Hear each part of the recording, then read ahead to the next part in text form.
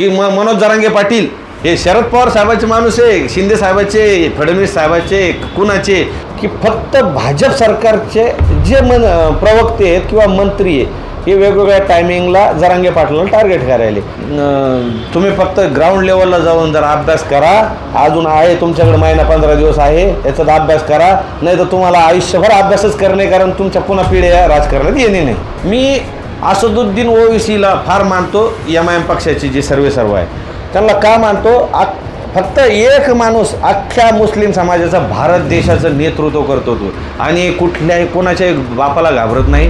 हे महाविकास आघाडीवाले एकही आमदार खासदार, आता तुम्ही तुमचे मोठमोठाले न्यूज चॅनल तुम्ही बघितलं का, ही लोक विरोध करीत नाही म्हणून जरांगे पाटील त्यांचं नाव घेत नाही.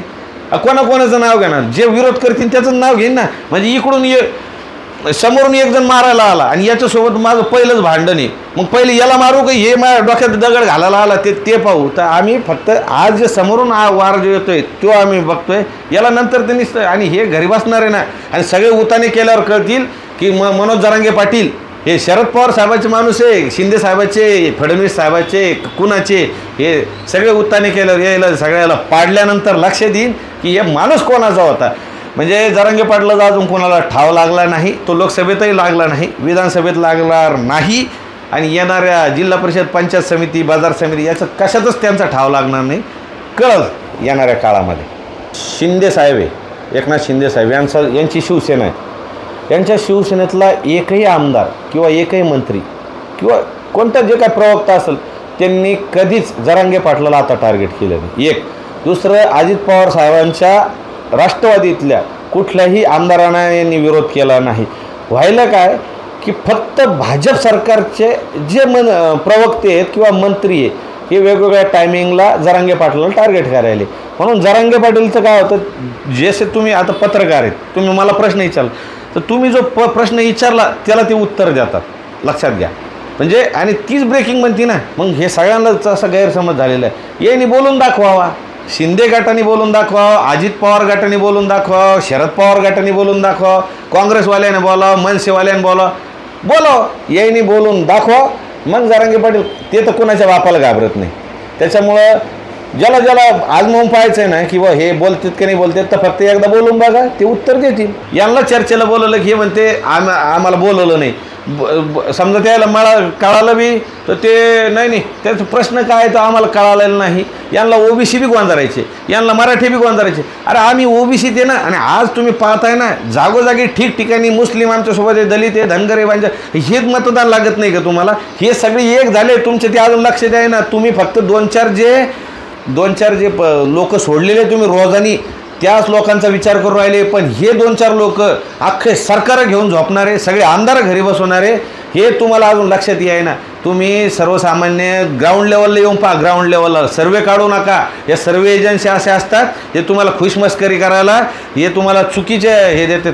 स्वतः ग्राउंड लेवलला कपडे बदलून या. त्या एक पिक्चरमध्ये मी ते बघितलं होतं, तो मंत्री डायरेक्ट शेतकऱ्याचा अवतार घेऊन बांधावर जातो आणि तिथल्या परिस्थिती जाणून घेतो. झोपड्यामध्ये जा, लोकांची तीव्रता बघा.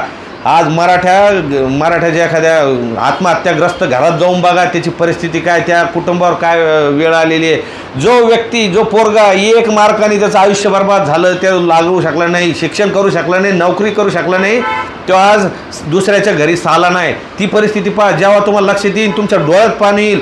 जे आम्ही बघितलेलं आहे आणि त्यामुळं आमचा जीव पिळवून चालला. तुम्हाला जर हे कळालं, महाराष्ट्र सुजलाम सुफलाम होईल आणि अख्ख्या जगभरात महाराष्ट्रासारखा हे राहणार नाही. कारण महाराष्ट्राला फार मोठा वारसा आहे, म्हणजे ऐतिहासिक वारसा पण आहे आणि सुजलाम सुफलाम आहे. या ठिकाणी साधू संत राहिलेले. त्यामुळं तुम्ही फक्त ग्राउंड लेवलला जाऊन जर अभ्यास करा, अजून आहे तुमच्याकडे महिना 15 दिवस आहे, याचा अभ्यास करा, नाही तर तुम्हाला आयुष्यभर अभ्यासच करणे, कारण तुमच्या पुन्हा पिढ्या राजकारणात येणे नाही. काही जण म्हणतात की कुठंतरी समाजाची फसवणूक होती, हे सगळं खटाटोप केवळ राजकारणासाठीच केला आहे. हा ना. मग आता ते कोण म्हणतं माहिती आहे का? ज्यांच्या समोर मीडिया आहे हेच लोक म्हणतात. सर्वसामान्य लोक ज्यांना मीडियावर बोलता येत नाही, तर ते लोक आमच्याकडे आहे ना, म्हणजे आमच्याकडे प्रस्थापित नाही, जे लय हुशार आहे, म्हणजे आमच्याकडे सगळे एकनिष्ठ लोक आहे, एकनिष्ठ. त्यामुळं हे यांना कळणार नाही आणि ज्याला प्रसिद्धी मिळते ना ते बोलतं आणि ती ब्रेकिंग म्हणते, त्याच्या खाली इतक्या घाण कॉमेंट येतात सर लोकांच्या, तर ते हे लोक वाचत नाही, कॉमेंट बंद करून ठेवतात.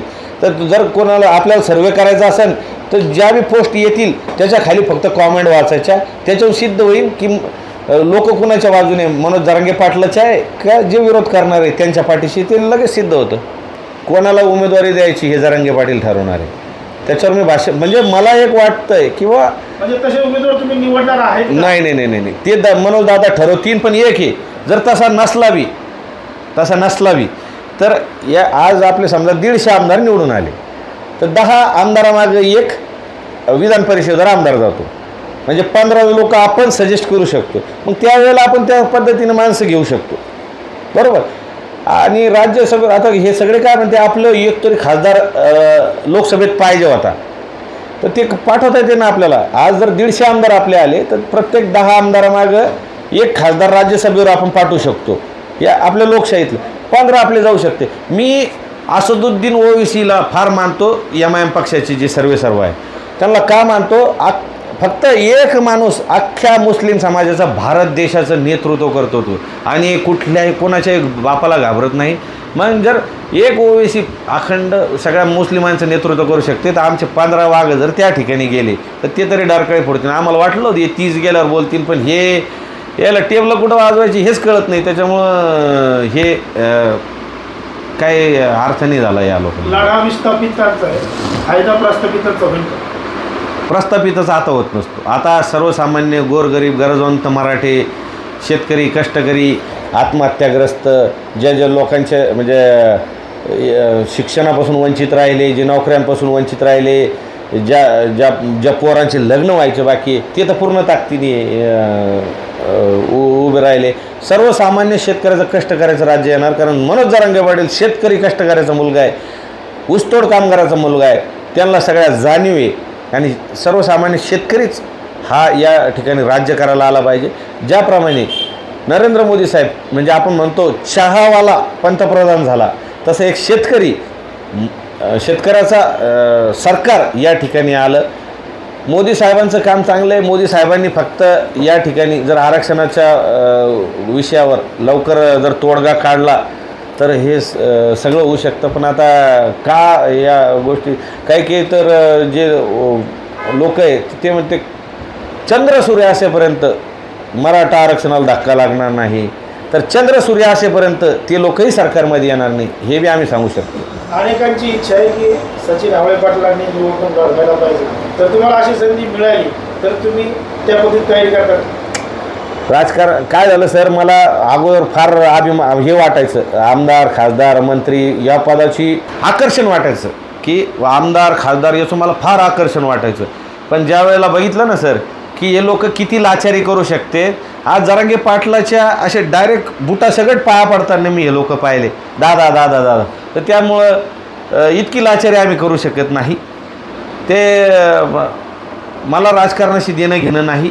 फक्त एवढं आहे, या ज्या गोरगरिबांचे आम्ही अश्रू बघितले आणि त्याला कुठेतरी न्याय मिळाला पाहिजे आणि सर्वसामान्य लोक या सरकारमध्ये आले पाहिजे. जे आम्हाला वाटतं, मी तुम्हाला जे विचार सांगितले ते विचार आत्मसात व्हावे, हा एक उद्देश आहे माझा, प्रामाणिक उद्देश आहे. मला फक्त एवढं आहे, स्टार प्रचारक म्हणून जर भूमिका मिळाली तर मी ते काम करणार. मला आमदार खासदारची याची नाही. अरे हे जे निवडून येतील ते जर आमदार झाले तर मी आमदार झाल्यासारखं, म्हणजे ते गाणं मी ऐकत राहीन, मग मला आमदार झाल्यासारखं वाटतं, तर मला तेवढंच समाधान आहे, बाकीचं काही. जरांगे पाटील म्हणतात की आम्हाला उमेदवार द्यायचे नाही, पण सरकारने आरक्षण दिले नाही तर आम्ही उमेदवार देणार आणि जनता माझी मायबाप आहे, त्यांचं विचार घेऊनच मी ठरवणार. आता त्यांचा विचार घेऊन त्यांनी ठरवलं आणि त्यांनी तुम्हाला सांगितलं की नाही तुम्हाला लढावंच लागतंय, तर काय करा, लढतात की परत एकदा त्याच भूमिकेत? दादाने मला जर म्हणले की तू फासावर जाय तर मी फासावर जायला तयार, विहिरीत उडी मार म्हणलं तू मारायला तयार. त्यांनी जर जो आदेश देईल ते मला मान्य आहे. आणि आता ते जरांगे पाटील कोणत्या ताकदीवर बोलतात तुम्ही पहा. आज ज्या लाखांच्या सभा होत्यात या ठिकाणी आपण बघितलं, खाली जमिनीवर बसतात. सकाळची सभा 10ची, रात्री 10ला होती. इतका प्रचंड या ठिकाणी गर्दी असते.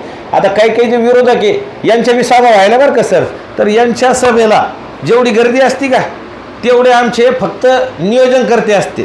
म्हणजे भोंगेवाले खुर्च्या लावणारे एवढे लोक असते आणि यांचे जे असते ना ते यांच्या ज्या चटा ठरलेल्या असत्या त्या घेऊन जाण्यासाठी बसलेले समोरचे लोक असतात आणि त्या ताकदीवर आम्ही बोलतो की आम्ही काय करू शकतो. आमच्याकडं आम्हाला प्रचार करायची गरज नाही, आम्हाला फक्त उमेदवार द्यायचं काम आहे. आमची सोशल मीडिया बी इतकी स्ट्रॉंग आहे की आम्ही 2 दिवसात तो माणूस सगळ्या घराघरापर्यंत पोहोचू शकतो. आमच्याकडं माणसं आहे, म्हणजे आमच्याकडं मतदान आहे, आम्हाला विकत घ्यायचं काम नाही. लोकांना मोठमोठ्याल्या सभा घेऊन खुर्च्या बिरच्या असं घेऊन याची गरज नाही. आमच्याकडं सगळ्या गोष्टीची यंत्रणा आहे. फक्त दादानी आता 29ला जी भूमिका देतील त्यांनी मला जो आदेश देतील आम्हाला तो आम्हाला मान्य आहे आणि तो आम्ही पूर्णत्वास नेणार. कुठल्याही परिस्थितीला सामोरं जायला आम्ही तयार आहे.